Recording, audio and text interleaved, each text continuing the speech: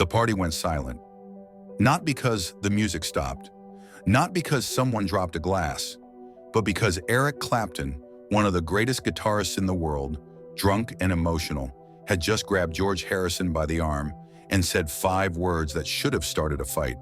"I'm in love with Pattie," George Harrison's wife, the woman George had been married to for 4 years, the woman Eric had been secretly obsessed with for 2, and Eric had just confessed it, out loud, at a party, in front of witnesses.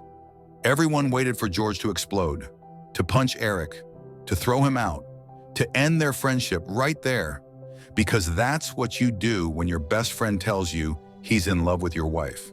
But George Harrison didn't explode, didn't punch, didn't yell. He looked at Eric with those calm, spiritual eyes and said something that would haunt Eric Clapton for the rest of his life. Something so unexpected, so graceful, so impossibly kind that it changed everything Eric thought he knew about love, friendship, and what it means to be a good person. This is that story, the most famous love triangle in rock and roll history, and the moment that defined all 3 of them.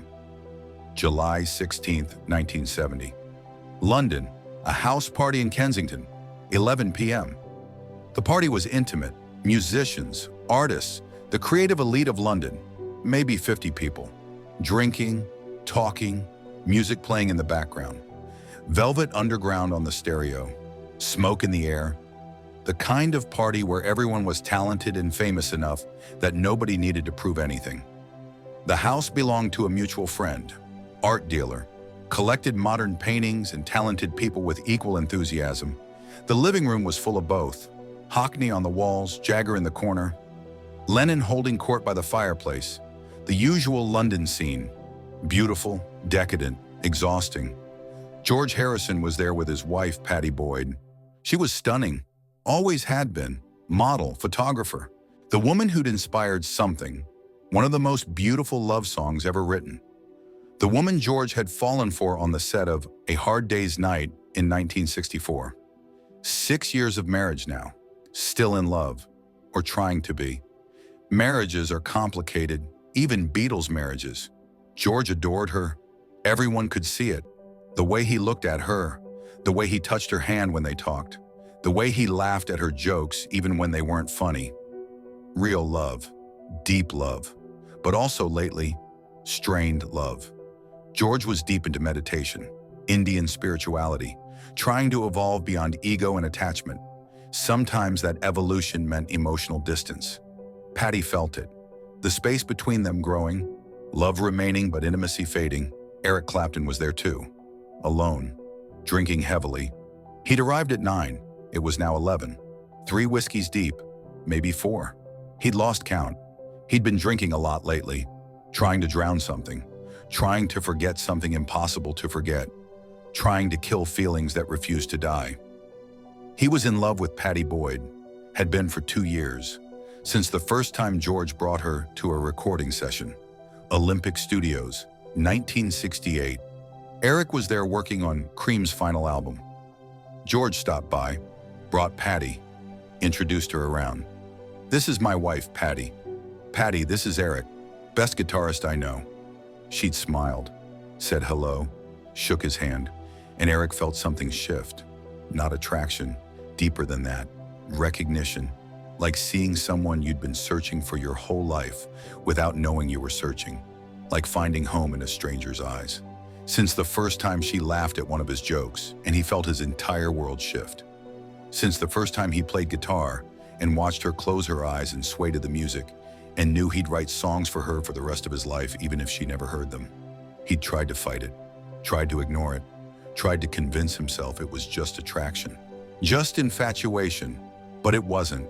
It was love, real, deep, consuming love, the kind that keeps you awake at night, the kind that makes you write songs, the kind that destroys friendships.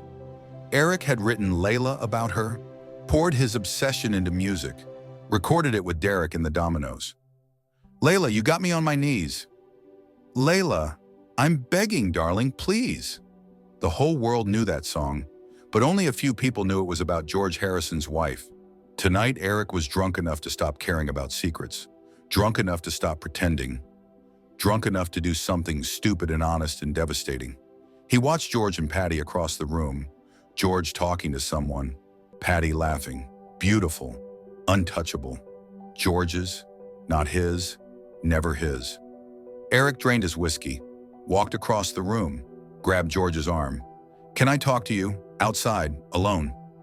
George looked at him, saw the intensity, the desperation. "Yeah, of course. You all right, mate?" "No, I'm not all right. I need to tell you something, and you're going to hate me, but I can't keep lying." They went outside. Small garden, cool July night, London sounds in the distance, just the two of them, best friends, brothers, about to break. Eric lit a cigarette, hands shaking. "I don't know how to say this. I've been trying not to say this for 2 years, but I can't anymore. I can't keep pretending." "Eric, what's wrong? Are you in trouble?" "I'm in love with Pattie." Silence. The kind of silence that changes everything. The kind where you can feel the world shifting underneath you. George stared at him, processing. "What?" "I'm in love with your wife. I have been for 2 years, since the first time I met her. I've tried to stop. I've tried to ignore it, but I can't. I love her, George. I'm sorry. I'm so fucking sorry. But I love her." Eric was crying now. Drunk tears, honest tears. 2 years of guilt and longing and self-hatred pouring out. George should have hit him, should have told him to leave, should have ended their friendship right there. That's what Eric expected, what Eric deserved.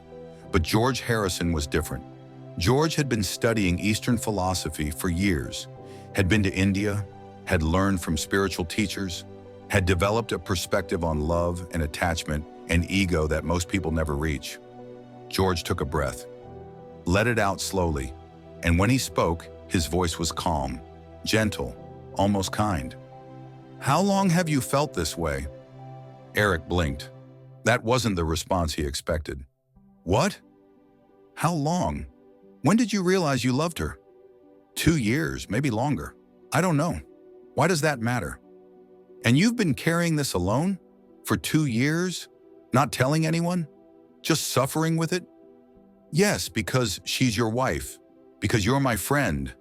Because it's wrong." George nodded slowly. "That must have been hard. Loving someone you can't have.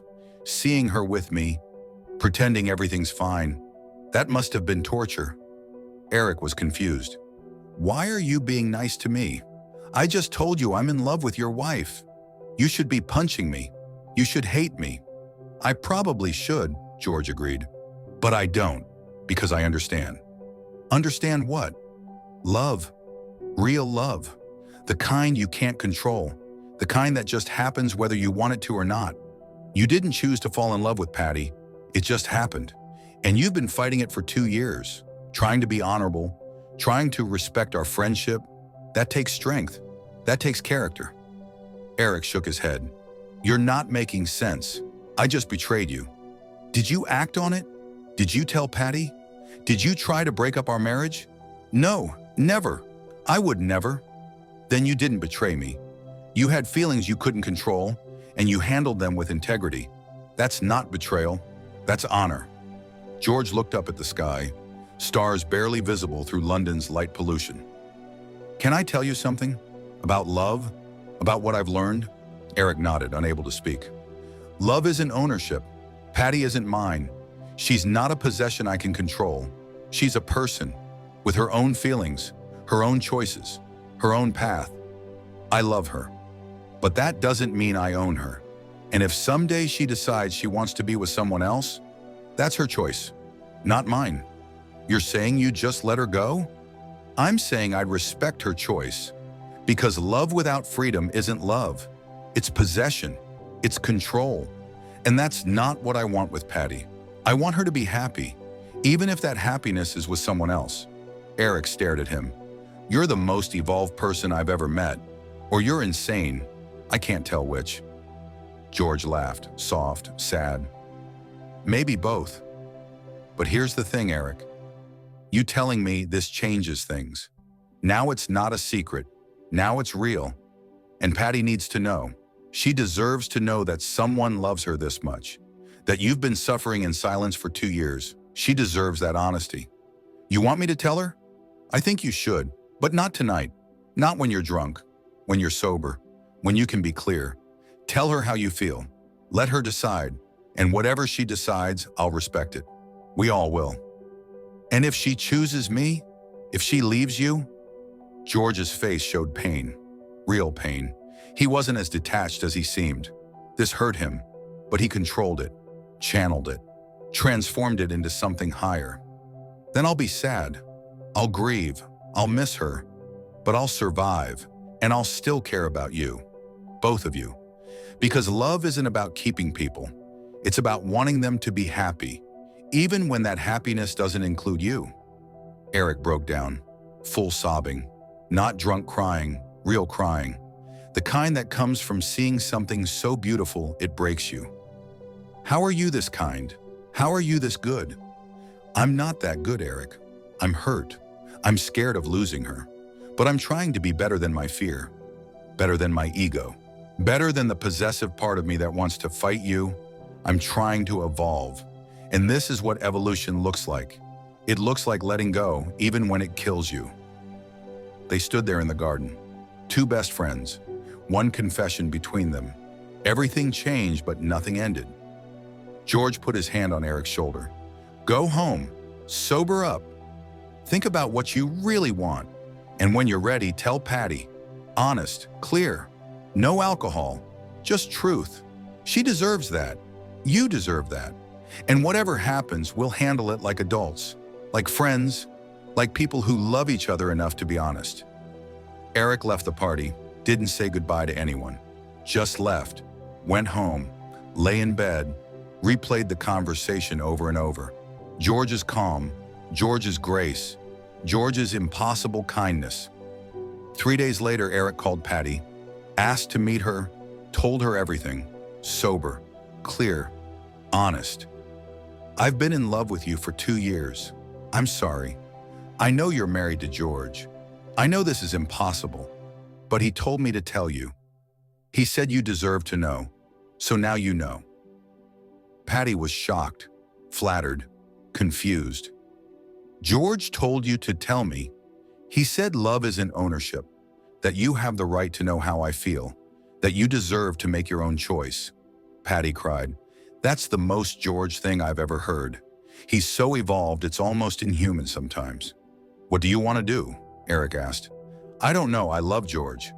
But we've been struggling. And hearing this, knowing you feel this way, it changes things. I need time. I need to think. The next year was complicated. Patty stayed with George, but the cracks in their marriage widened, not because of Eric, because of things that had been broken for a while. George's spiritual obsession, his emotional distance, his need for enlightenment sometimes overshadowing his need for human connection. In 1974, Pattie and George separated. In 1977, they divorced. It was painful, sad, but mutual. They'd grown apart, become different people. And George, true to his word, let her go with grace.